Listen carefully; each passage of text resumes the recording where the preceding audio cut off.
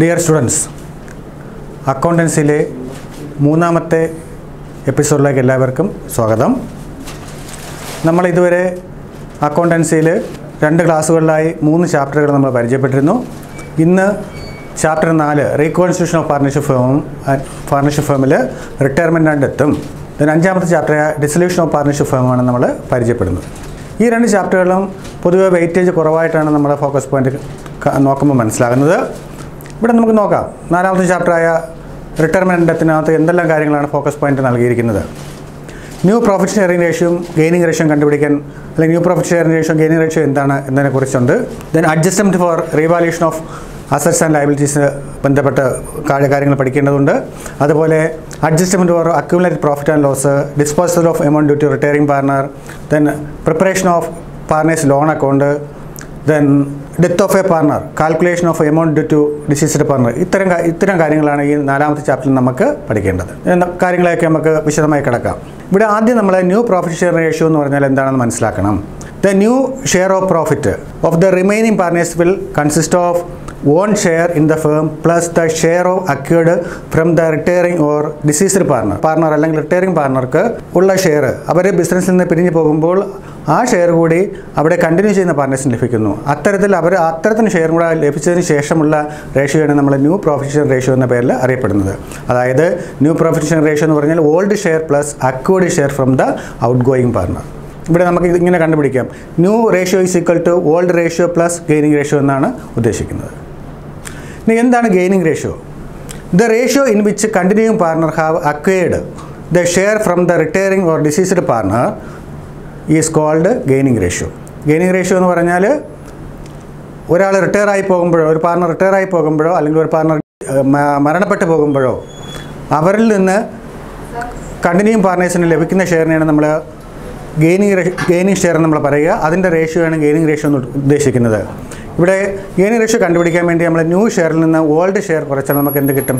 Gaining share കിട്ടും. Then adjustment for accumulated profit or loss. ഇനി നമ്മൾ സാധാരണ ബാലൻസ് ഷീറ്റിൽ നമുക്ക് അറിയാം, റിട്ടയർമെൻറ്റ് സമയത്തായിരുന്നാലും ഡെത്തിൻ്റെ സമയത്തായിരുന്നാലും ബാലൻസ് ഷീറ്റിൽ ചിലപ്പോൾ അക്യുമുലേറ്റഡ് പ്രോഫിറ്റ്, അതായത് reserve fund, profit and loss തുടങ്ങിയവ പ്രത്യക്ഷപ്പെടാറുണ്ട്. അങ്ങനെ വന്നു കഴിഞ്ഞാൽ അത് ഓൾഡ് പാർട്ണേഴ്സിന് ഉള്ളതാണ്. നമുക്കറിയാം ആരൊക്കെയാണ് ബിസിനസ് നടത്തിക്കൊണ്ടിരുന്നത്, അവർക്കാണ് അതിൻ്റെ പൂർണ്ണമായ അവകാശം. അതുകൊണ്ട് തന്നെ അത്തരത്തിലുള്ള റിസർവ് ഫണ്ടുകളായിരുന്നാലും പ്രോഫിറ്റ് ആൻഡ് ലോസ് ആയിരുന്നാലും അത് ഓൾഡ് പാർട്ണേഴ്സിന് വിധിച്ചു കൊടുക്കണം. അപ്പോൾ അതുമായി ബന്ധപ്പെട്ട ജനറൽ എൻട്രികൾ നമുക്ക് പരിശോധിക്കാം. For reserves and undistributed profit, അങ്ങനെ റിസർവ് ആൻഡ് അൺഡിസ്ട്രിബ്യൂട്ടഡ് പ്രോഫിറ്റും നമ്മൾ ബാലൻസ് ഷീറ്റിൻ്റെ ലയബിലിറ്റി സൈഡിൽ കണ്ടാൽ നമ്മൾ എന്താണ് ചെയ്യുക? അവിടെ നമ്മൾ ഈ എൻട്രിയാണ് പാസ്സാക്കേണ്ടത്. റിസർവ് അല്ലെങ്കിൽ profit and loss account debtor to all partners capital account. അവിടെ ഇൻഡിവിജ്വലായിട്ട് ഓരോ പാർട്ണേഴ്സിനെ നമ്മൾ വിധിച്ച് നൽകേണ്ടത് ഉണ്ട്. പിന്നെ അതിനുശേഷം നമുക്ക് നോക്കാം. ഇനി ലോസ് ആണ് വരുന്നതെങ്കിൽ, ലോസ് ആണെങ്കിൽ നോർമൽ കേസിൽ അത് ബാലൻസ് ഷീറ്റിൻ്റെ അസറ്റ് സൈഡിലാണ് കാണുക. അങ്ങനെയാണെങ്കിൽ നമ്മൾ ഈ എൻട്രിയാണ് പാസ്സാക്കേണ്ടത്. All partners capital account debtor individually എഴുതണം. അതിനുശേഷം to profit and loss account. അവിടെ ലോസ് ആണെങ്കിലാണ് നമ്മൾ ഇത്തരത്തിൽ എൻട്രി പാസ്സാക്കുന്നത്. ഇതുമായി ബന്ധപ്പെട്ട ചോദ്യങ്ങൾ നമുക്ക് പരീക്ഷയ്ക്ക് പ്രതീക്ഷിക്കാം. Then disposal of amount due to retiring partner. ഒരു റിട്ടയറിംഗ് പാർട്ണർക്ക് പൈസ നൽകാനുണ്ട് അല്ലെങ്കിൽ ക്യാഷ് നൽകാനുണ്ടെങ്കിൽ അത് എങ്ങനെയാണ് ഡിസ്പോസ് ചെയ്യുക? നമുക്കറിയാം, സ്വാഭാവികമായിട്ടും ഒരാൾ റിട്ടയർ ആകുമ്പോൾ അയാൾക്ക് കുറേ ആനുകൂല്യങ്ങൾ നൽകാനുണ്ടാകും. അല്ലെങ്കിൽ അയാൾക്ക് ഷെയർ ഓഫ് പ്രോഫിറ്റോ അല്ലെങ്കിൽ അയാൾ ക്യാപിറ്റൽ ബാലൻസോ അതുപോലുള്ള എല്ലാ കാര്യങ്ങളും അയാൾക്ക് നൽകേണ്ടതുണ്ട്. അപ്പോൾ അതിന് പ്രധാനമായും 3 തരത്തിലാണ് ഇത് നൽകുക. 3 തരത്തിലാണ് പ്രധാനമായും ഇത് നൽകുക. When the retiring partner paid cash in full എമൗണ്ടായിട്ട് ക്യാഷായിട്ട് നൽകുകയാണെങ്കിൽ അവിടെ നമ്മൾ retiring partners capital account debtor to cash or bank എന്ന എൻട്രി നമുക്ക് പാസ്സാക്കാം. ഇതല്ല, ചില സന്ദർഭങ്ങളിൽ നമ്മൾ എന്ത് ചെയ്യും? ഈ റിട്ടയറിംഗ് പാർട്ണറിൻ്റെ ഹോൾ എമൗണ്ട് നമ്മൾ ലോൺ അക്കൗണ്ടിലേക്ക് ട്രാൻസ്ഫർ ചെയ്യും. അത്തരത്തിൽ വന്നാൽ retiring partners capital account debtor to retiring partners loan account എന്നൊരു ജനറൽ എൻട്രി തയ്യാറാക്കണം. പിന്നെ 3ാമതൊരു സാഹചര്യം എന്ന് പറഞ്ഞാൽ കുറച്ച് എമൗണ്ട് കൊടുക്കുകയും ബാലൻസ് എമൗണ്ട് റിട്ടയറിംഗ് പാർട്ണേഴ്സിൻ്റെ ലോൺ അക്കൗണ്ടിലേക്ക് ട്രാൻസ്ഫർ ചെയ്യുന്ന സാഹചര്യം ഉണ്ടാകാം. അങ്ങനെ വന്നാൽ നമ്മൾ മറ്റൊരു എൻട്രി പാസ്സാക്കണം. അത് retiring partners capital account debtor to cash. എത്രയാണോ എമൗണ്ട് കൊടുത്തത് അത് ക്യാഷിൽ ബാങ്കിൽ എഴുതുകയും ദെൻ റിട്ടയറിംഗ് പാർട്ണേഴ്സ് ലോൺ അക്കൗണ്ടിൽ ബാലൻസ് ആയിട്ടുള്ള എത്ര എമൗണ്ടാണ് കൊടുക്കേണ്ടത് അത് എഴുതുകയും വേണം. ഇനി ചില സന്ദർഭങ്ങളിൽ നമ്മൾ ഇതിന് ശേഷം നമ്മൾ പാർട്ണേഴ്സിൻ്റെ ലോൺ അക്കൗണ്ട് പ്രിപ്പയർ ചെയ്യും. അപ്പോൾ ലോൺ അക്കൗണ്ട് പ്രിപ്പയർ ചെയ്യുമ്പോൾ നമ്മൾ 1-2 എൻട്രികൾ കൂടി ജനറൽ എൻട്രികൾ കൂടി നമ്മൾ മനസ്സിലാക്കിയിരിക്കണം. എന്തൊക്കെയാണ്? ഒന്ന്, ഇൻട്രസ്റ്റ് ഓൺ ലോൺ കൊടുക്കുന്ന സാഹചര്യമാണെങ്കിൽ interest account debtor to retiring partners loan account എന്നൊരു എൻട്രി പാസ്സാക്കേണ്ടി വരും. പിന്നെ അതല്ല, മറ്റ് സാഹചര്യങ്ങൾ ഇൻസ്റ്റാൾമെൻറ്റ് എമൗണ്ടുകൾ കൊടുക്കേണ്ടി വരും. അപ്പോൾ അതിനുള്ള entry retiring partners loan account debtor to cash or bank എന്നുള്ള എൻട്രി നമ്മൾ പാസ്സാക്കേണ്ടി വരും. ഇനി നമുക്ക് ഒരു പാർട്ട്നേഴ്സിൻ്റെ ലോൺ അക്കൗണ്ട് എങ്ങനെയാണ് തയ്യാറാക്കുന്നതെന്നൊരു ചോദ്യം പരിശോധിക്കാം. Ajimon, Bharat and Rajan are partners in a firm. Rajan retires from the firm. On the date of retirement ₹80,000 becomes due to him. Ajimon and Bharat promise to pay him in installment every year.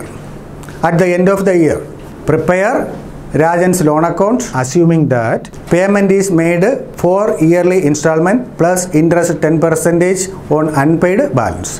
ഇപ്പോൾ ഇവിടെ question മനസ്സിലാക്കുമ്പോൾ നമുക്ക് മനസ്സിലാവും, ഇവിടെ 80,000 രൂപയാണ് പാർട്ണർക്ക് due ആയിട്ടുള്ളത്.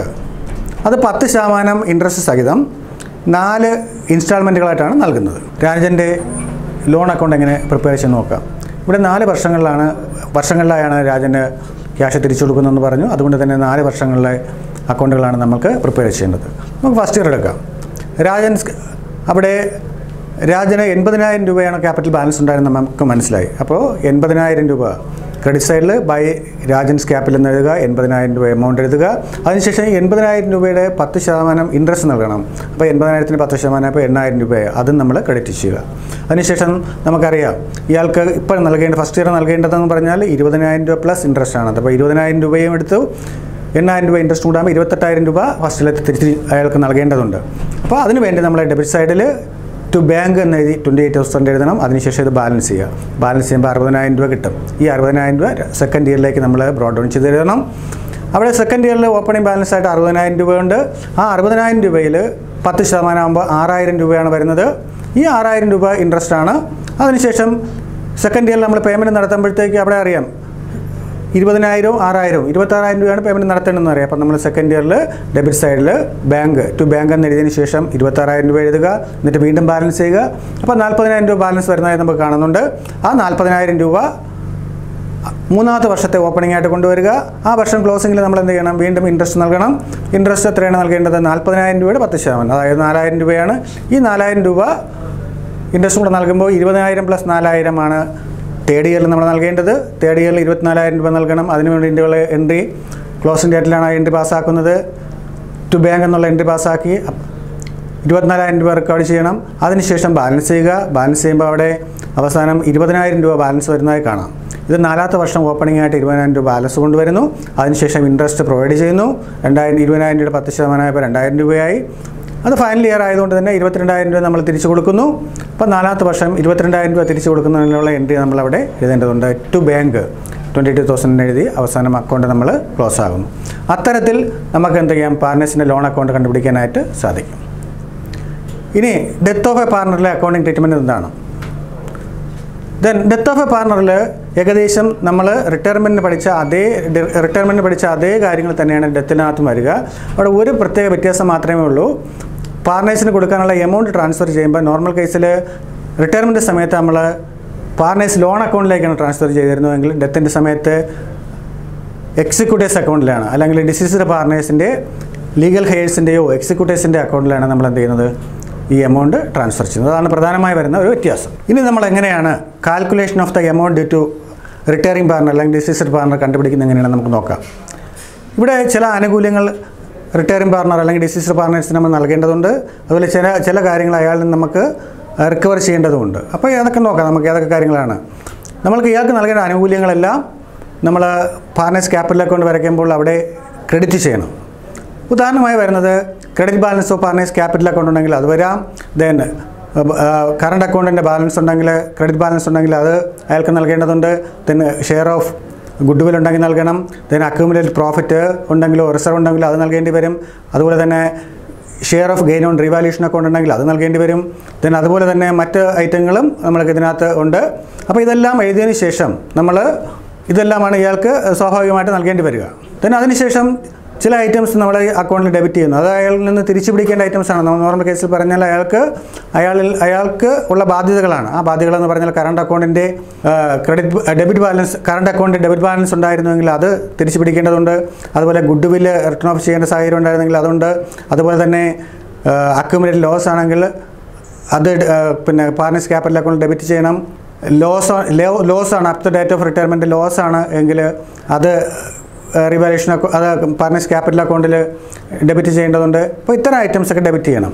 ഇതുമായി ബന്ധപ്പെട്ട ഒരു ചോദ്യത്തിലേക്ക് നമുക്ക് കിടക്കാം. Calculate the amount to be transferred to executives account of a deceased partner on 30th June 2020 from the following information. താഴെ കുറേ ഇൻഫർമേഷൻസ് കൊടുത്തിട്ടുണ്ട്. ആ ഇൻഫർമേഷൻ്റെ ബേസിൽ എന്ത് ചെയ്യുന്നു, ഒരു ഡിസീസ് പാർട്ണർക്ക് എത്ര രൂപ കൊടുക്കണം എന്ന് കാൽക്കുലേറ്റ് ചെയ്യാനാണ് പറഞ്ഞിരിക്കുന്നത്. ആദ്യം ഡിസീസ് പാർട്ണർ ഷെയർ 1/5 ആണ് പറഞ്ഞിട്ടുണ്ട്. അയാൾ 5 ഭാഗമാണ് അയാൾക്ക് ലഭിക്കുക. Then capital balance of deceased partner 5 lakh ആണ്. 5 ലക്ഷം രൂപ ക്യാപിറ്റൽ ബാലൻസ് ഉണ്ട്. Then goodwill of the firm എന്ന് പറഞ്ഞാൽ ടോട്ടൽ ഫേമിൻ്റെ value, goodwill of the firm എന്ന് പ്രത്യേകിച്ച് പറഞ്ഞിട്ടുണ്ട്. ആ ഫേമിൻ്റെ എന്ന് പറഞ്ഞാൽ 1 ലക്ഷം രൂപയാണ് അവിടെ പറഞ്ഞിരിക്കുന്നത്. അതുപോലെ റീവാലുവേഷൻ ലോസ് ആണ് ഇവിടെ. Revaluation loss of deceased partner amount to ₹10,000. അയാളുടെ ഭാഗം 10,000 രൂപ റിവാലുവേഷൻ ലോസ് ആണ്. അതുപോലെ reserve shown the balance sheet ₹50,000. 50,000 രൂപ ബാലൻസ് ഷീറ്റിൽ റിസർവ് ആയിട്ടുണ്ട്. അപ്പോൾ ഈ 50,000 രൂപയും ഇയാൾക്കുള്ളതല്ല, അത് എല്ലാ പാർട്ട്നേഴ്സും കൂടെ ഉള്ളതാണ്. ഇയാൾക്ക് 1/5 മാത്രമേ അവകാശമുള്ളൂ എന്നുള്ള കാര്യം നമ്മൾ അപ്പോഴേ മനസ്സിലാക്കിയിരിക്കണം. അതുപോലെ തന്നെ എന്ത് ചെയ്യുക, books of account closing date എന്ന് പറയുന്നത് March 31 ആണെന്നും പറഞ്ഞിട്ടുണ്ട്. അപ്പോൾ ഇത്രയും കാര്യങ്ങൾ നമ്മുടെ മനസ്സിൽ വെച്ചുകൊണ്ട് നമ്മൾ എന്ത് ചെയ്യണം, ഒരു പാർട്ട്നേഴ്സിൻ്റെ ക്യാപിറ്റൽ അക്കൗണ്ട് തയ്യാറാക്കണം. അവരെ ക്യാപിറ്റൽ അക്കൗണ്ട് തയ്യാറാക്കാൻ വേണ്ടി നമ്മൾ പഠിച്ചിരുന്നു. അപ്പോൾ നമ്മൾ എങ്ങനെയാണ് ക്യാപിറ്റൽ അക്കൗണ്ട് തയ്യാറാക്കുക? ആദ്യം നമ്മൾ ക്രെഡിറ്റ് സൈഡിൽ ഇയാൾക്ക് എത്ര രൂപയാണോ ക്യാപിറ്റൽ അക്കൗണ്ടിൽ ബാലൻസ് ഉണ്ടായിരുന്നത് അത് കൊണ്ടുവരിക. അപ്പോൾ balance brought down 5 lakh. Then good will ഇയാൾക്ക് കിട്ടേണ്ട ഷെയർ, ഗുഡ് വിൽ മൊത്തം 1 ലക്ഷം രൂപയാണെന്ന് പറഞ്ഞിരുന്നു. അതിൽ 5 മാത്രമേ ഇയാൾക്കുള്ളൂ. അപ്പോൾ എന്ത് ചെയ്യണം, ഈ ഡിസീസ്ഡ് പാർട്ണർ 5 കൊടുക്കുക. 5 അപ്പോൾ 20,000 രൂപ വന്നു, അതെഴുതി. അതുപോലെ ജനറൽ റിസർവ് ഇയാൾക്ക് മൊത്തം 50,000 രൂപ ഉണ്ടായിരുന്നു. അവിടെയും എത്രയാണ്, 5 മാത്രമേ ഉള്ളൂ, 10,000 രൂപ മാത്രമേ കിട്ടുകയുള്ളൂ. അതുപോലെ തന്നെ റീവാലുവേഷൻ ലോസ് ആണ്. ആ ലോസ് എന്ത് ചെയ്യണം, ഡെബിറ്റ് സൈഡിലാണ് നമ്മൾ എഴുതേണ്ടത്. അവിടെ 10,000 രൂപ റീവാലുവേഷൻ ലോസ് എന്ന് പറഞ്ഞിട്ടുണ്ട്. അതുകൊണ്ട് എഴുതിയതിന് ശേഷം നമ്മൾ അക്കൗണ്ട് ബാലൻസ് ചെയ്യുക. അക്കൗണ്ട് ബാലൻസ് ചെയ്യുമ്പോൾ 5,20,000 രൂപ വരുന്നുണ്ട്. ഈ 5,20,000 രൂപ എക്സിക്യൂട്ടീവ്സിൻ്റെ ലോൺ അക്കൗണ്ടിലേക്ക് നമ്മൾ ട്രാൻസ്ഫർ ചെയ്യണം. ഇത്തരത്തിലാണ് നമ്മൾ ഡിസീസ്ഡ് പാർട്ട്നേഴ്സിൻ്റെ ക്യാപിറ്റൽ അക്കൗണ്ട് പ്രിപ്പയർ ചെയ്യുന്നത്. ഇത് സ്വാഭാവികമായിട്ടും സ്ഥിരം ചോദിച്ച് കാണാറുള്ള ഒരു ചോദ്യമാണ്. അതുകൊണ്ട് തന്നെ ഇതിൽ നമ്മൾ നല്ലതുപോലെ കാര്യങ്ങൾ മനസ്സിലാക്കി വേണം പരീക്ഷ ഹാളിലേക്ക് പോകേണ്ടത്. ഈ ചാപ്റ്ററിൽ നിന്ന് ഫോക്കസ് ഏരിയ ബേസ് ചെയ്തുകൊണ്ടുള്ള ചില ചോദ്യങ്ങൾ നമുക്ക് പരിശോധിക്കാം. സാധാരണയായിട്ട് ചോദിക്കേണ്ട, what do you mean by retirement of a partner ചോദിക്കാം. വാട്ട് ഈസ് ഗെയിനിങ് റേഷ്യോ, അല്ലെങ്കിൽ distinguish between sacrifice ratio and gaining ratio സ്ഥിരമായിട്ട് ചോദിച്ച് കാണാറുണ്ട്. പിന്നെ how will you calculate the amount payable to a deceased partner, എങ്ങനെയാണ് നിങ്ങൾ amount payable to deceased partner calculate കണ്ടുപിടിക്കുന്നതെന്നൊക്കെ ചോദിക്കാം. അത് രണ്ട് രീതിയിൽ ചോദിക്കാം. ഒന്നുകിൽ അതൊരു തിയറി ക്വസ്റ്റൻ ആയിട്ട് ചോദിക്കാം, അല്ലെങ്കിൽ അതൊരു പ്രോബ്ലം ടൈപ്പ് ക്വസ്റ്റൻ ആയിട്ടും ചോദിക്കാം. ഒരു പ്രോബ്ലമായിട്ടും ചോദിക്കാം. നമ്മൾ പരിചയപ്പെട്ട രീതിയിലുള്ള പ്രോബ്ലമായിട്ടൊക്കെ ഇത് ചോദിച്ച് കാണാറുണ്ട്. 5ാമത്തെ ചാപ്റ്ററിലേക്ക് കിടക്കാം. The dissolution of partnership firm ആണ് 5ാമത്തെ ചാപ്റ്റർ. ഇവിടെ പ്രധാനമായി തന്നിരിക്കുന്ന ഏരിയാസ് എന്ന് പറഞ്ഞാൽ ഡിസൊല്യൂഷൻ ഓഫ് പാർട്ണർഷിപ്പാണ്. ദെൻ ഡിസൊല്യൂഷൻ ഓഫ് ഫേമിൻ്റെ പറഞ്ഞിട്ടുണ്ട്. Then distinction between dissolution of partnership and dissolution of firm. Then preparation of realisation account. അപ്പോൾ ഇത്രയും കാര്യങ്ങളാണ് ഫോക്കസ് ഏരിയയിൽ പറഞ്ഞിട്ടുണ്ട്. വളരെ കുറച്ച് കാര്യങ്ങൾ മാത്രമേ ഫോക്കസ് ഏരിയയിൽ ഇവിടെ പറഞ്ഞിട്ടുള്ളൂ. അതുകൊണ്ട് തന്നെ നമുക്ക് മനസ്സിലാക്കാം ഇവിടെ എന്താണ് വെയിറ്റേജ് വളരെ കുറവായിരിക്കും എന്ന് പറയുന്നു. ഇതൊരു വലിയ ചാപ്റ്റർ ആയിരുന്നു. അതിൽ നിന്ന് കുറച്ച് ഏരിയസ് മാത്രമാണ് ഇപ്പോൾ ഫോക്കസ് ഏരിയയിൽ തന്നിരിക്കുന്നത്. അപ്പോൾ തന്നിരിക്കുന്ന ഏരിയയിൽ കൃത്യമായിട്ട് നമ്മൾ മനസ്സിലാക്കി വേണം നമ്മൾ പരീക്ഷ ഹാളിലേക്ക് പോകേണ്ടത്. ദെൻ എന്താണ് dissolution of partnership? The relation of partnership among the different partners changes without affecting the entity of the firm is called dissolution of partnership. അതായത് ഒരു പാർട്ണർഷിപ്പ് കണ്ടിന്യൂ ചെയ്തുകൊണ്ടിരിക്കുകയാണ്. അവിടെ പാർട്ട്നേഴ്സ് തമ്മിലുള്ള ഒരു എഗ്രിമെൻറ്റിൽ ചെറിയൊരു വ്യത്യാസം വരുന്നു, അത്ര മാത്രമേ ഉള്ളൂ. അപ്പോൾ അവിടെ ബിസിനസ് എന്ത് ചെയ്യുന്നു, കണ്ടിന്യൂ ചെയ്തുകൊണ്ടിരിക്കുന്നു. പക്ഷേ എഗ്രിമെൻറ്റിൽ ചില വ്യത്യാസങ്ങളൊക്കെ വരാം. അപ്പോൾ ഏതൊക്കെ സാഹചര്യങ്ങളാണ് അങ്ങനെ വരിക നമുക്ക് നോക്കാം. ഒന്ന്, change in the profit share ratio among the പാർട്ട്നേഴ്സിൻ്റെ പ്രോഫിറ്റ് ഷെയർ റേഷ്യോ മാറുന്ന സാഹചര്യം വന്നാൽ അവിടെ എന്ത് വരാം, ഡിസൊല്യൂഷൻ ഓഫ് പാർട്ണർഷിപ്പ് ഉണ്ടാകാം. Then admission of a new partner, ഒരു പുതിയ പാർട്ണർ വരുന്നു. അപ്പോൾ പഴയ പാർട്ട്നേഴ്സിനുള്ള ഷെയറിലൊക്കെ വ്യത്യാസങ്ങൾ വരും. അപ്പോൾ സ്വാഭാവികമായിട്ട് അവിടെ എന്ത് വരാം, ഡിസൊല്യൂഷൻ ഉണ്ടാകാം. ദെൻ റിട്ടയർമെൻറ്റ് സമയത്തും ഉണ്ടാകാം. ഒരു പാർട്ണർ പിരിഞ്ഞു പോവുകയാണ്, അവിടെയും ഡിസൊല്യൂഷൻ ഓഫ് പാർട്ണർഷിപ്പ് സംഭവിക്കുന്നുണ്ട്. ദെൻ ഡെത്ത് ഓഫ് എ പാർട്ണറിൽ ഡിസൊല്യൂഷൻ ഉണ്ട്, ഡിസൊല്യൂഷൻ ഓഫ് പാർട്ണർഷിപ്പ് സംഭവിക്കുന്നുണ്ട്. ദെൻ ഇൻസോൾവൻസി ഓഫ് പാർട്ണർ, അത്തരത്തിലുള്ള സന്ദർഭങ്ങളെല്ലാം എന്ത് ചെയ്യുന്നുണ്ട്, ഡിസൊല്യൂഷൻ സംഭവിക്കുന്നതെന്ന് നമുക്ക് മനസ്സിലാകും. ഇനി എന്താണ് dissolution of partnership firm? The termination of partnership business and partnership among all partners in a firm is called dissolution of partnership firm. ഇവിടെ എന്താ സംഭവിക്കുക, പാർട്ണർഷിപ്പ് ഫേമേ ഇല്ലാതാകുന്നു, അവിടെ എഗ്രിമെൻറ്റും എല്ലാം തീരുന്നു, ആ ബിസിനസ് അവിടെ വെച്ച് ക്ലോസ് ആകുകയാണ്. അവിടെ പിന്നെ അതിനുശേഷം മറ്റുള്ള കാര്യങ്ങളൊന്നും ഇല്ല. അതായത് അതിനുശേഷം ബിസിനസ് പിന്നെ കണ്ടിന്യൂ ചെയ്യുന്നില്ല. അതിന് പ്രധാനമായ സാഹചര്യങ്ങൾ സ്വാഭാവികമായി വരുന്ന സാഹചര്യങ്ങൾ ഇതൊക്കെയാണ്. ഡിസൊല്യൂഷൻ ബൈ എഗ്രിമെൻറ്റ് പ്രകാരം വേണമെങ്കിൽ ഡിസൊല്യൂഷൻ ഉണ്ടാകാം, അല്ലെങ്കിൽ കമ്പൽസറി ഡിസൊല്യൂഷൻ ഉണ്ടാകാം. ഏതെങ്കിലും പ്രത്യേക സാഹചര്യങ്ങൾ ഓൺ ഹാപ്പനിങ് ഓഫ് സർട്ടൺ കണ്ടിജൻസീസിൽ ഡിസൊല്യൂഷൻ ഓഫ് ഫേം സംഭവിക്കാം, അല്ലെങ്കിൽ by notice dissolution by notice ഉണ്ടാകുന്ന സാഹചര്യങ്ങളുണ്ടാകാം, അല്ലെങ്കിൽ ഡിസൊല്യൂഷൻ ബൈ കോർട്ടിലൊക്കെ നമുക്ക് എന്ത് സംഭവിക്കാം, ഒരു പാർട്ണർഷിപ്പ് ഫേമിൻ്റെ ഡിസൊല്യൂഷൻ സംഭവിക്കാം. നമ്മൾ 2 കാര്യങ്ങൾ പരിചയപ്പെട്ടു. ഡിസൊല്യൂഷൻ ഓഫ് പാർട്ണർഷിപ്പ് എന്താണെന്നും ഡിസൊല്യൂഷൻ ഓഫ് ഫേം എന്താണെന്നും നമ്മൾ പരിചയപ്പെട്ടു. ഇതിൽ നമുക്ക് ഒരു കാര്യം മനസ്സിലായി, ഡിസൊല്യൂഷൻ ഓഫ് പാർട്ണർഷിപ്പും ഡിസൊല്യൂഷൻ ഓഫ് ഫേമും തമ്മിൽ ചെറിയ വ്യത്യാസമുണ്ടെന്ന് നമുക്ക് മനസ്സിലായി. എന്തൊക്കെയാണ് ആ വ്യത്യാസങ്ങൾ നോക്കാം നമുക്ക്. നമ്മളിപ്പോൾ ഇവിടെ 2 കാര്യങ്ങൾ പഠിച്ചു. ഡിസൊല്യൂഷൻ ഓഫ് പാർട്ണർഷിപ്പ് എന്താണെന്നും ഡിസൊല്യൂഷൻ ഓഫ് ഫേം എന്താണെന്നും നമ്മൾ മനസ്സിലാക്കി. അപ്പോൾ ഇത് തമ്മിൽ ചില വ്യത്യാസങ്ങളുണ്ട്. ഡിസൊല്യൂഷൻ ഓഫ് പാർട്ണർഷിപ്പും ഡിസൊല്യൂഷൻ ഓഫ് ഫേം തമ്മിൽ എന്തൊക്കെ വ്യത്യാസങ്ങളാണ്? ഇത് സ്ഥിരമായി പരീക്ഷയ്ക്ക് അല്ലെങ്കിൽ സ്ഥിരമായ എക്സാമിനേഷൻ എല്ലാം ചോദിച്ച് കാണുന്നുണ്ട്. ഇപ്രാവശ്യം നമുക്ക് വേണമെങ്കിൽ പ്രതീക്ഷിക്കാം, ചിലപ്പോൾ ചോദിച്ചുകൂടാകില്ല. അപ്പോൾ ഇവിടെ നോക്ക് എന്തൊക്കെ കാര്യങ്ങളാണ് നമ്മൾ dissolution of partnership dissolution of firm നമുക്ക് ഓരോന്നായിട്ട് പരിശോധിക്കാം. ടെർമിനേഷൻ ഓഫ് ദ ബിസിനസ്സിലാണെങ്കിൽ ഡിസൊല്യൂഷൻ ഓഫ് പാർട്ണർഷിപ്പിൽ ബിസിനസ് ഈസ് നോട്ട് ടെർമിനേറ്റഡ്. പാർട്ണർഷിപ്പിലാണെങ്കിൽ ഡിസൊല്യൂഷൻ ഓഫ് പാർട്ണർഷിപ്പിൽ എന്ത് ചെയ്യുന്നില്ല, ബിസിനസ് നോട്ട് ടെർമിനേറ്റഡ് ആണ്. എന്നാൽ ഡിസൊല്യൂഷൻ ഓഫ് ഫേമിലാണെങ്കിൽ business of the firm is closed. അതായത് ബിസിനസ് ക്ലോസ് ചെയ്യുന്നു. ഡിസൊല്യൂഷൻ ഓഫ് ഫേമിൽ ബിസിനസ് ക്ലോസ് ചെയ്യുന്നു, എന്നാൽ ഡിസൊല്യൂഷൻ ഓഫ് പാർട്ണർഷിപ്പിൽ ബിസിനസ് എന്ത് ചെയ്യുന്നില്ല, ക്ലോസ് ചെയ്യുന്നില്ല. Then settlement of assets and liabilities. Dissolution of പാർട്ണർഷിപ്പിൽ assets and liabilities are revalued and new balance sheet is done. എന്നാൽ ഡിസൊല്യൂഷൻ ഓഫ് ഫാമിലാണെങ്കിലോ assets are sold and liabilities are paid off. അതാണ് വരുന്നത്. Then അടുത്ത മറ്റൊരു കാര്യം നോക്കിയാലോ, കോർട്ട് ഇൻ്റർവെൻഷൻ എങ്ങനെയാണെന്ന് നമുക്ക് നോക്കാം. Court does not intervene because partnership is dissolved by mutual agreement. അതായത് മ്യൂച്വൽ അഗ്രിമെൻറ്റിലാണ് നോർമൽ കേസിൽ ഡിസൊല്യൂഷൻ ഓഫ് പാർട്ണർഷിപ്പ് സംഭവിക്കുക. എന്നാൽ ഡിസൊല്യൂഷൻ ഓഫ് ഫേമിൽ അതല്ല. Firm can be dissolved by courts order. കോർട്ടിൻ്റെ ഓർഡർ പ്രകാരം ഫേം എന്ത് ചെയ്യാൻ ഡിസോൾവ് ചെയ്യാനായിട്ട് സാധിക്കും. പിന്നെ എക്കണോമിക് റിലേഷൻഷിപ്പ് ആണെങ്കിൽ economic relationship between partners continues through in changed form. അതായത് പാർട്ണർഷിപ്പിൽ മാത്രമേ ചേഞ്ച് ചെയ്യുന്നുള്ളൂ. പാർട്ണർഷിപ്പിനുള്ള പാർട്ട്നേഴ്സിൻ്റെ അവർ തമ്മിലുള്ള എഗ്രിമെൻറ്റ് റേഷ്യോയിലോ അല്ലെങ്കിൽ മറ്റുള്ള എഗ്രിമെൻറ്റുകളിലോ മാത്രമേ ചേഞ്ച് വരുന്നുള്ളൂ. അവർ തമ്മിലുള്ള റിലേഷൻ എന്ത് ചെയ്യുന്നുണ്ട്, കണ്ടിന്യൂ ചെയ്യുന്നുണ്ട്. എന്നാൽ economic relationship between partners comes to an end. അതാണ് എന്ത് ചെയ്യുന്നത്, പാർട്ണർഷിപ്പ് ഫേമിൻ്റെ കാര്യത്തിൽ സംഭവിക്കുക. റിയലൈസേഷൻ അക്കൗണ്ട് അസറ്റും ലയബിലിറ്റീസും ക്ലോസ് ചെയ്യുന്നതിന് വേണ്ടിയാണ് നമ്മൾ എന്ത് ചെയ്യുന്നത്, റിയലൈസേഷൻ അക്കൗണ്ട് പ്രിപ്പയർ ചെയ്യുന്നത്. The realisation account is prepared to close the accounts of assets and liabilities and to be ascertained the profit and loss on realization of assets and payment of liabilities at the time of dissolution of a partnership firm. അതായത് ഒരു partnership firm dissolve ചെയ്യുന്ന സമയത്ത് നമ്മൾ എന്ത് ചെയ്യുന്നു, അവിടെയുള്ള ആ balance ഷീറ്റിലുണ്ടായിരുന്ന അസറ്റുകളും ലയബിലിറ്റീസും close ചെയ്യേണ്ടതുണ്ട്. അത് ക്ലോസ് ചെയ്യാൻ വേണ്ടി നമ്മൾ പ്രിപ്പയർ ചെയ്യുന്ന ഒരു അക്കൗണ്ടാണ് റിയലൈസേഷൻ അക്കൗണ്ട്. ഇനി ഒരു റിയലൈസേഷൻ അക്കൗണ്ടിൻ്റെ ഒരു ഫോർമാറ്റ് നമുക്ക് പരിചയപ്പെടാം. നമ്മൾ നേരത്തെ പറഞ്ഞ കാര്യങ്ങളിൽ നിന്ന് ഒരു റിയലൈസേഷൻ ഫോർമാറ്റ് എങ്ങനെയാണ് എന്ന് നമുക്കൊന്ന് നോക്കാം. ആദ്യം റിയലൈസേഷൻ അക്കൗണ്ടിൽ എന്തൊക്കെ ഐറ്റംസാണ് ഡെബിറ്റ് ചെയ്യുക, എന്തൊക്കെ ഐറ്റംസാണ് ക്രെഡിറ്റ് ചെയ്യേണ്ടതെന്ന് നമ്മുടെ മനസ്സിൽ മുന്നേ പറഞ്ഞതിൽ നിന്ന് ഓർമ്മയുണ്ടാകും. അപ്പോൾ ഒന്ന്, നമുക്ക് തന്നിരിക്കുന്ന ബാലൻസ് ഷീറ്റിലുള്ള അസറ്റുകളെല്ലാം റിയലൈസേഷൻ അക്കൗണ്ടിൽ അതിൻ്റെ ഫുൾ എമൗണ്ടിൽ ഡെബിറ്റ് ചെയ്യണം. All assets other than cash and bank. അപ്പോൾ അതിനുള്ള എന്ത് ചെയ്യണം, നമ്മൾ എൻ്റെ പാസ് ആക്കേണ്ടത് realisation account debtor to assets എന്നാണ്. ആ വേരിയസ് അസറ്റ് എന്ത് ചെയ്യണം, നമ്മൾ ആദ്യം റിയലൈസേഷൻ അക്കൗണ്ടിലേക്ക് കൊണ്ടുവരണം. ദെൻ ലയബിലിറ്റികൾ കൊണ്ടുവരണം. ലയബിലിറ്റി കൊണ്ടുവരുമ്പോഴത്തേക്ക് അസറ്റ് ഡെബിറ്റാണ് ചെയ്തത്. അപ്പോൾ ലയബിലിറ്റീസ് എന്ത് ചെയ്യണം, സ്വാഭാവികമായിട്ടും റിയലൈസേഷൻ അക്കൗണ്ടിൽ നമ്മൾ ക്രെഡിറ്റ് ചെയ്യണം. അവിടെ എല്ലാ അസറ്റുകളും കൊണ്ടുവരണം except capital, partners loan, then accumulated profit എന്തെങ്കിലും ഉണ്ടെങ്കിൽ അതും അവിടെ കൊണ്ടുവരാൻ പാടില്ല. ബാക്കിയുള്ള എല്ലാം നമ്മൾ കൊണ്ടുവരേണ്ടതുണ്ട്. ഇനി അസറ്റ് ഡെബിറ്റ് സൈഡ് നമ്മൾ എഴുതി. ഇനി അസറ്റ് വിറ്റ് കിട്ടുന്ന എമൗണ്ടെല്ലാം വരുമല്ലോ. അസറ്റ് വിൽക്കും, നമ്മൾ അസറ്റ് റിയലൈസ് ചെയ്യും. അസറ്റ് റിയലൈസ് ചെയ്യുമ്പോൾ ആ എമൗണ്ട് റിയലൈസേഷൻ അക്കൗണ്ടിൽ ക്രെഡിറ്റ് ചെയ്യണം. അത് എത്ര രൂപയാണ് കിട്ടുന്ന ഫുൾ എമൗണ്ട് എന്ത് ചെയ്യണം, റിയലൈസേഷൻ അക്കൗണ്ടിൽ നമ്മൾ ക്രെഡിറ്റ് ചെയ്യേണ്ടതുണ്ട്. ഇനി ലയബിലിറ്റീസ് പേ ഓഫ് ചെയ്യുമ്പോൾ എന്ത് ചെയ്യണം, ലയബിലിറ്റീസ് നമ്മൾ ആൾറെഡി റിയലൈസേഷൻ അക്കൗണ്ടിൽ ക്രെഡിറ്റ് ചെയ്തു. ഇനി അത് പേ ഓഫ് ചെയ്യുമ്പോഴത്തേക്ക് അത് പേ ഓഫ് ചെയ്യുന്ന എമൗണ്ട് ഡെബിറ്റ് സൈഡിന് എഴുതണം. ടു ബാങ്ക് അല്ലെങ്കിൽ ക്യാഷ് എങ്ങനെയാണ് കൊടുക്കുന്നത് അതിനനുസരിച്ച് എഴുതുക. അതുപോലെ തന്നെ ഏതെങ്കിലും അസറ്റുകൾ അല്ലെങ്കിൽ ലയബിലിറ്റികൾ ചില പാർട്ട്നേഴ്സ് എടുത്തുകൊണ്ട് പോകാനുള്ള സാഹചര്യമുണ്ട്, അല്ലെങ്കിൽ അവർക്ക് കൊടുക്കാനുള്ള സാഹചര്യമുണ്ട്. അങ്ങനെ ഏതെങ്കിലും ലയബിലിറ്റീസ് ഒരു പാർട്ണർ എടുത്തു കഴിഞ്ഞാൽ അത് റിയലൈസേഷൻ അക്കൗണ്ടിൽ ഡെബിറ്റ് ചെയ്യണം. ഇനി ഏതെങ്കിലും ഒരു അസറ്റാണ് എടുക്കുന്നതെങ്കിൽ എന്ത് ചെയ്യണം, അത് റിയലൈസേഷൻ അക്കൗണ്ടിൽ ക്രെഡിറ്റ് ചെയ്യണം. ഇത്തരത്തിൽ എഴുതിയതിന് ശേഷം നമ്മളിതിനെ ബാലൻസ് ചെയ്യുമ്പോഴത്തേക്ക് ദെൻ പ്രോഫിറ്റ് ഓൺ റിയലൈസേഷൻ ആണോ ലോസ് ഓൺ റിയലൈസേഷൻ ആണോ എന്ന് കിട്ടും.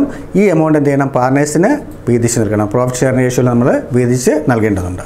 ദെൻ ഈ ചാപ്റ്ററുമായി ബന്ധപ്പെട്ട് ഫോക്കസ് ഏരിയയിൽ പറഞ്ഞിരിക്കുന്ന കുറേ കാര്യങ്ങളുണ്ട്. അപ്പോൾ ഒന്ന് നോക്കാം. അതുമായി ബന്ധപ്പെട്ട ക്വസ്റ്റ്യൻസ് എന്തൊക്കെയാണ് വരാവുന്നത്? State the difference between dissolution of partnership and dissolution of firm. Dissolution of partnership എന്താണെന്നും ഡിസൊല്യൂഷൻ ഓഫ് ഫേം എന്താണെന്നും ചോദിക്കാം. ഇവിടെ വേണമെങ്കിൽ 2 ചോദ്യങ്ങൾ ഉണ്ടാകാം. ഡിസൊല്യൂഷൻ ഓഫ് പാർട്ണർഷിപ്പുമായി ബന്ധപ്പെട്ട ഷോർട്ട് നോട്ട് ചോദിക്കാം, ഡിസൊല്യൂഷൻ ഓഫ് ഫേമുമായി ബന്ധപ്പെട്ട ഷോർട്ട് നോട്ട് ചോദിക്കാം. അതുപോലെ തന്നെ അടുത്ത വേറൊരു ക്വസ്റ്റ്യൻ നമുക്ക് പ്രതീക്ഷിക്കാം. What is realisation account?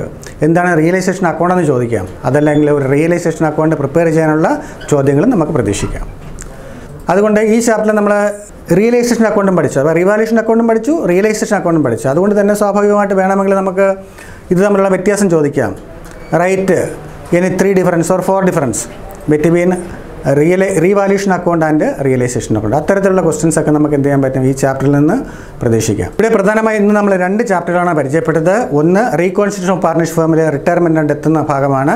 ഇതിനകത്ത് നമ്മൾ പരിചയപ്പെട്ട കാര്യങ്ങൾ എന്തൊക്കെയാണ്? ന്യൂ പ്രോഫിറ്റ് ഷെയർ റേഷ്യോ എന്താണ് എന്ന് നമ്മൾ പരിചയപ്പെട്ടു. അപ്പോൾ അത് മനസ്സിലാക്കിയിരിക്കണം. ന്യൂ പ്രോഫിറ്റ് ഷെയർ റേഷ്യോ എന്താണ്, അതിനെക്കുറിച്ച് നമ്മൾ ഡീറ്റെയിൽ ആയിട്ട് കാര്യങ്ങൾ മനസ്സിലാക്കിയിരിക്കണം. അതുപോലെ തന്നെ പിന്നെ നമ്മൾ പരിചയപ്പെട്ടത് അതെങ്ങനെ കാൽക്കുലേറ്റ് ചെയ്യാം. ന്യൂ പ്രോഫിറ്റ് ഷെയർ റേഷ്യോ എന്ന് പറഞ്ഞാൽ ഓൾഡ് ഷെയറും acquired share from the outgoing പാർട്ണറുടെ ചേർത്താണ് നമ്മൾ എന്ത് ചെയ്യുന്നത്, ന്യൂ ഷെയർ കണ്ടുപിടിക്കുന്നത്. അതുപോലെ തന്നെ എന്താണ് ഗെയിനിങ് റേഷ്യോ? അത് ഗെയിനിങ് റേഷ്യോ എന്താണെന്ന് കൂടുതൽ മനസ്സിലാക്കിയിരിക്കണം. ഗെയിനിങ് റേഷ്യോ എന്ന് പറഞ്ഞാൽ എന്താണ്? റിട്ടയർമെൻറ്റിൻ്റെ ഭാഗമായി അല്ലെങ്കിൽ ഡെത്തിൻ്റെ ഭാഗമായിട്ട് അവിടെയുള്ള കണ്ടിന്യൂയിങ് പാർട്ട്നേഴ്സിന് എന്തുമാത്രം ഷെയർ ഈ പോയവരിൽ നിന്ന് കിട്ടുന്നുണ്ടോ അതാണ് ഗെയിനിങ് റേഷ്യോ കൊണ്ട് ഉദ്ദേശിക്കുന്നത്. അപ്പോൾ അതും നമ്മൾ കൃത്യമായിട്ട് എങ്ങനെയാണ് ഗെയിനിങ് റേഷ്യോ കണ്ടുപിടിക്കേണ്ടതെന്നും അതുമായി ബന്ധപ്പെട്ട ചോദ്യങ്ങൾ പരീക്ഷയ്ക്ക് പ്രതീക്ഷിക്കാം. പിന്നെ നമ്മൾ നോക്കിയത് അഡ്ജസ്റ്റ്മെൻ്റ് ആണ്. അക്യുമുലേറ്റഡ് പ്രോഫിറ്റ് അല്ലെങ്കിൽ ലോസ് എങ്ങനെയാണ് ബാലൻസ് ഷീറ്റിൽ ഉണ്ടായിരുന്നാൽ അത് നമ്മൾ അഡ്ജസ്റ്റ് ചെയ്യുന്നത്. ഇവിടെ പ്രധാനമായി ജേണൽ എൻട്രീസാണ് നമ്മൾ ഉദ്ദേശിക്കുന്നത്. ഇതുമായി ബന്ധപ്പെട്ട ചോദ്യങ്ങളുണ്ടാകാം, അല്ലെങ്കിൽ ജേണൽ എൻട്രീസ് മാത്രമായ ചോദ്യങ്ങളുണ്ടാകാം, ജേണൽ എൻട്രീസ് മാത്രം ചോദിക്കാം. അപ്പോൾ അത്തരത്തിൽ ചോദ്യങ്ങൾ പ്രതീക്ഷിക്കുന്നതുകൊണ്ട് തന്നെ ഈ ജേണൽ എൻട്രികൾ നമ്മൾ പ്രധാനമായിട്ടും മനസ്സിലാക്കിയിരിക്കണം. ലാഭം അല്ലെങ്കിൽ റിസർവ് ഉണ്ടെങ്കിൽ എന്താണ് ജേണൽ എൻട്രി? നമുക്കറിയാം, റിസർവ് അല്ലെങ്കിൽ profit and loss account debtor to all partners capital account എന്നാണ് അതിൻ്റെ എൻട്രി. അതുപോലെ തന്നെ അവിടെ ലോസ് ആണെങ്കിൽ ഈ എൻട്രി ഒന്ന് ജസ്റ്റ് ഓപ്പോസിറ്റ് വരും, റിവേഴ്സ് വരും. അവിടെ എന്താണ് all partners capital account debtor to profit and loss account എന്നാണ് ജേണൽ എൻട്രി വരിക. അപ്പോൾ അത്തരത്തിലുള്ള എൻട്രികൾ നമ്മൾ കൃത്യമായിട്ട് മനസ്സിൽ ഓർത്ത് വെച്ചുകൊള്ളണം. കാര്യം അതും 2 മാർക്കിന് 2 എൻട്രികൾ എഴുതിയാൽ 2 മാർക്ക് എന്നുള്ള രീതിയിൽ പരീക്ഷയ്ക്ക് ചോദിച്ച് കാണാറുണ്ട്. എമൗണ്ട് ഡിസ്പോഴ്സ് ചെയ്യുന്ന സാഹചര്യങ്ങൾ വരാവുന്ന ജേണൽ എൻട്രികൾ അതും പരീക്ഷയ്ക്ക് സ്വാഭാവികമായിട്ട് ചോദിക്കാവുന്നതാണ്. ഇവിടെയും നമ്മളെന്താണ് ജേണൽ എൻട്രികളൊക്കെ നമ്മൾ മനസ്സിലാക്കിയിരിക്കണം. കാര്യം ഇപ്പോൾ നമുക്കറിയാം ഈ സാഹചര്യം മാറിയ സാഹചര്യത്തിൽ വളരെ ബുദ്ധിമുട്ടുള്ള ചോദ്യങ്ങളൊന്നും ചോദിക്കാറില്ല എന്ന് ഈ മാറിയ സാഹചര്യത്തിൽ വളരെ ബുദ്ധിമുട്ടുള്ള ചോദ്യങ്ങളൊന്നും പ്രതീക്ഷിക്കേണ്ട. അതുകൊണ്ട് തന്നെ നമ്മൾ എന്ത് ചെയ്യണം, ഈ സിമ്പിളായിട്ടുള്ള കാര്യങ്ങളൊക്കെ കൃത്യമായി മനസ്സിലാക്കി വേണം പരീക്ഷാ ഹാളിലേക്ക് പോകേണ്ടത്. അപ്പോൾ ഇവിടെ നമ്മൾ പാർട്ട്നേഴ്സിന് ക്യാഷ് എമൗണ്ട് ഡിസ്പോസ് ചെയ്യുമ്പോൾ ഏതെല്ലാം സാഹചര്യങ്ങളാണ് ഡിസ്പോസ് ചെയ്യുന്നത്? ഫുൾ ക്യാഷ് കൊടുക്കുന്നുണ്ടോ, അല്ലെങ്കിൽ ലോണിലേക്കാണോ മാറ്റുന്നത്, അല്ലെങ്കിൽ കുറച്ച് ക്യാഷ് ലോണാണോ, അങ്ങനെയൊക്കെയുള്ള സാഹചര്യങ്ങളുണ്ടാകാം. ആ സാഹചര്യങ്ങളിലുള്ള ജേണൽ എൻട്രികൾ നമ്മൾ കൃത്യമായിട്ട് മനസ്സിലാക്കിയിരിക്കണം. പിന്നെ ഏറ്റവും പ്രധാനപ്പെട്ട ഒന്നെന്ന് പറഞ്ഞാൽ പ്രിപ്പറേഷൻ ഓഫ് ലോൺ അക്കൗണ്ടാണ്. ഈ ലോൺ അക്കൗണ്ട് എങ്ങനെ പ്രിപ്പയർ ചെയ്യും? അവിടെ നമ്മൾ നോക്കേണ്ടത്, ഇതിൽ നിന്ന് പ്രധാനമായും ചോദ്യങ്ങൾ പ്രതീക്ഷിക്കാം. അപ്പോൾ എങ്ങനെയാണ് നമ്മൾ ലോൺ അക്കൗണ്ട് പ്രിപ്പയർ ചെയ്യുക? കുറച്ച് ഡീറ്റെയിൽസ് തന്നിരിക്കും. അതിൽ നിന്ന് നമ്മൾ എന്ത് ചെയ്യണം, ആ ഡീറ്റെയിൽസ് മനസ്സിലാക്കിയതിന് ശേഷം ഒരു അക്കൗണ്ട് വരയ്ക്കുക. അക്കൗണ്ടിൽ എത്ര വർഷം കൊണ്ടാണ് നമ്മൾ ലോൺ റീപേ ചെയ്യുന്നതെന്നൊക്കെ നോക്കിയതിന് ശേഷം അതിൻ്റെ ഇൻട്രസ്റ്റ് റേറ്റ് നമ്മൾ മനസ്സിലാക്കിയതിന് ശേഷം എന്ത് ചെയ്യുക, കൃത്യമായിട്ട് നമ്മളൊരു ലോൺ അക്കൗണ്ട് വരച്ച് പരിശീലിക്കണം. ഇവിടെ തന്നിട്ടുള്ള ഇതിനകത്ത് മുന്നേ നമ്മൾ പരിചയപ്പെട്ട ആ ക്വസ്റ്റ്യൻസ് തന്നെ നിങ്ങൾ 1-2 പ്രാവശ്യം കൂടെയൊക്കെ റിപ്പീറ്റ് ചെയ്ത് വായിച്ച് മനസ്സിലാക്കി ചെയ്ത് പഠിക്കുന്നത് നല്ലതായിരിക്കും. അടുത്ത നമുക്ക് ഡെത്ത് ഓഫ് എ പാർട്ണർ അല്ലെങ്കിൽ ഡിസീസ്ഡ് പാർട്ണർക്ക് കൊടുക്കേണ്ട അവർക്ക് amount due to deceased partner കണ്ടുപിടിക്കേണ്ട സാഹചര്യങ്ങളൊക്കെ നമ്മൾ നോക്കണം. അതിന് പ്രത്യേകമായിട്ടും ഈ ഡിസീസ് പാർട്ണർക്ക് എമൗണ്ട് കാൽക്കുലേറ്റ് ചെയ്യാൻ വേണ്ടി നമ്മൾ മനസ്സിലാക്കിയിട്ടുണ്ട്. അയാൾക്ക് എന്തെല്ലാം അവകാശങ്ങളാണ് കിട്ടുക, അയാൾക്ക് എന്തെല്ലാം അവകാശങ്ങൾ തിരിച്ചങ്ങനെ ഫാമിലിക്ക് നൽകേണ്ടി വരും എന്നുള്ള കാര്യങ്ങളൊക്കെ മനസ്സിലാക്കുക. അതുമായി ബന്ധപ്പെട്ട് പാർട്ട്നേഴ്സിൻ്റെ ക്യാപിറ്റൽ അക്കൗണ്ട് തയ്യാറാക്കുമ്പോൾ പ്രത്യേകിച്ച് എന്തൊക്കെ ഐറ്റംസാണ് കൊടുക്കേണ്ടതെന്നുള്ള കാര്യങ്ങൾ അതും നമ്മൾ കൃത്യമായിട്ട് മനസ്സിലാക്കിയിരിക്കണം. അതുപോലെ തന്നെ ഡിസീസ്ഡ് പാർട്ട്നേഴ്സിൻ്റെ ക്യാപിറ്റൽ അക്കൗണ്ട് തയ്യാറാക്കാൻ വേണ്ടി അത് കൃത്യമായിട്ട് നമ്മൾ മനസ്സിലാക്കിയിരിക്കണം. അവിടെ ക്യാപിറ്റൽ അക്കൗണ്ട് തയ്യാറാക്കുമ്പോൾ എങ്ങനെയാണ് ചെയ്യുന്നത്? നമ്മൾ മുന്നേ ഒരു ചോദ്യം പരിചയപ്പെട്ടിരുന്നു. ആ ചോദ്യങ്ങൾ റിപ്പീറ്റ് ചെയ്ത് കണ്ട് നമ്മൾ എന്ത് ചെയ്യണം, കാര്യങ്ങൾ കൂടുതൽ മനസ്സിലാക്കുന്ന എപ്പോഴും നല്ലതായിരിക്കും. അതുപോലെ തന്നെ 5ാമത്തെ ചാപ്റ്റർ പറയുകയാണെങ്കിൽ അവിടെ ഡിസൊല്യൂഷൻ ഓഫ് പാർട്ണർഷിപ്പ് ഉണ്ടാകുന്ന സാഹചര്യങ്ങൾ ഏതൊക്കെയാണ് അത് നമ്മൾ മനസ്സിലാക്കണം.